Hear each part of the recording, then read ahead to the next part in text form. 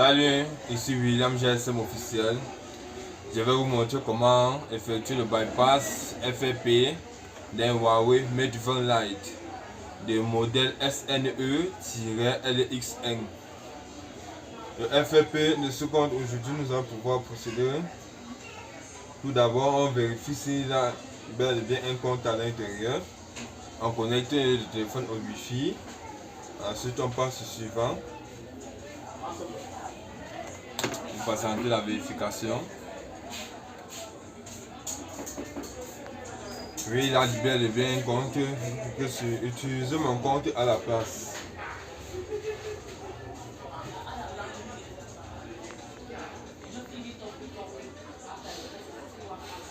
Bon, comme vous pouvez constater, le téléphone est bel et bien verrouillé. C'est un compte Google. Nous allons donc procéder au bypass de ce dernier.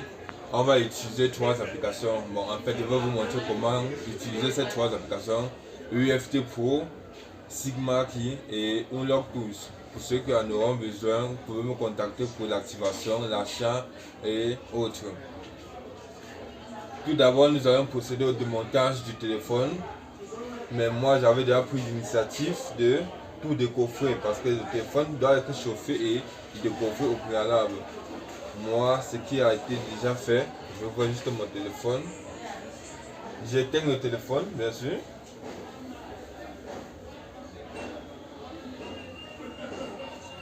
Maintenant, nous allons utiliser le test point.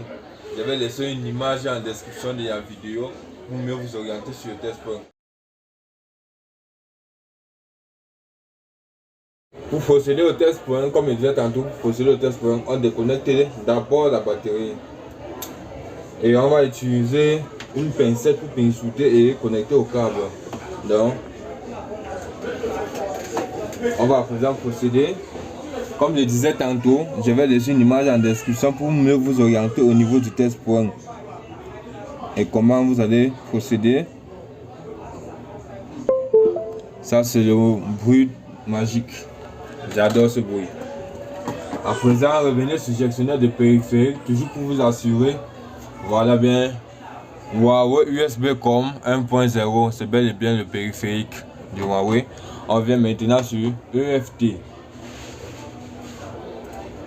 Huawei, on prend longueur Huawei, on prend brique, on prend Temporary Unlock Bootloader USB. La connexion internet, il faut connecter d'abord. Connecter.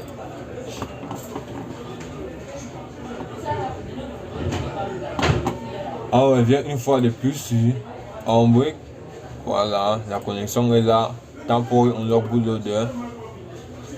Le test point, n'oubliez pas que le test point permet de débloquer le bootloader du Huawei. Donc ici on tape le modèle du Huawei SNE-LX1.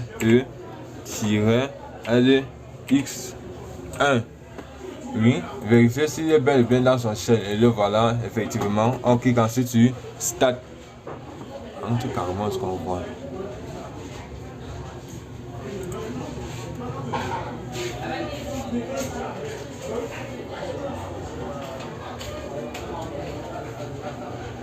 Bon, comme vous pouvez constater ici en bas, on demande de reconnecter le téléphone de nouveau. Donc débrancher et connecter de nouveau l'appareil. C'est bien ce qui est écrit. Donc on procède à un test point de nouveau. Je débranche le câble, je déconnecte toujours la batterie, je reconnecte par la suite. Je procède au test point une fois de plus. L'image est toujours en description de la vidéo, bien sûr. Et oui, une fois de plus se connecter et le travail est déjà en cours. Vous suivez, vous patientez.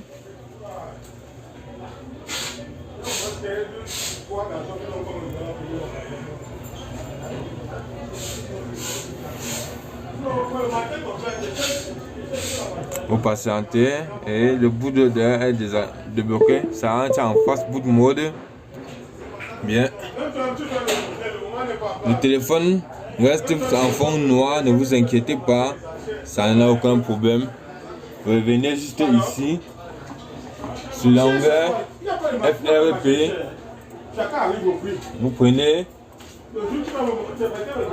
Reset FFP using server fastboot. Si on clique sur Start pour débloquer, alors regardons bien le résultat de l'opération.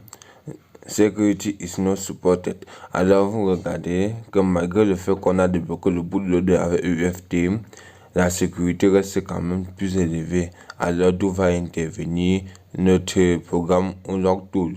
Nous allons donc aller sur Huawei. Nous allons donc partir ouvrir l'onglet Huawei.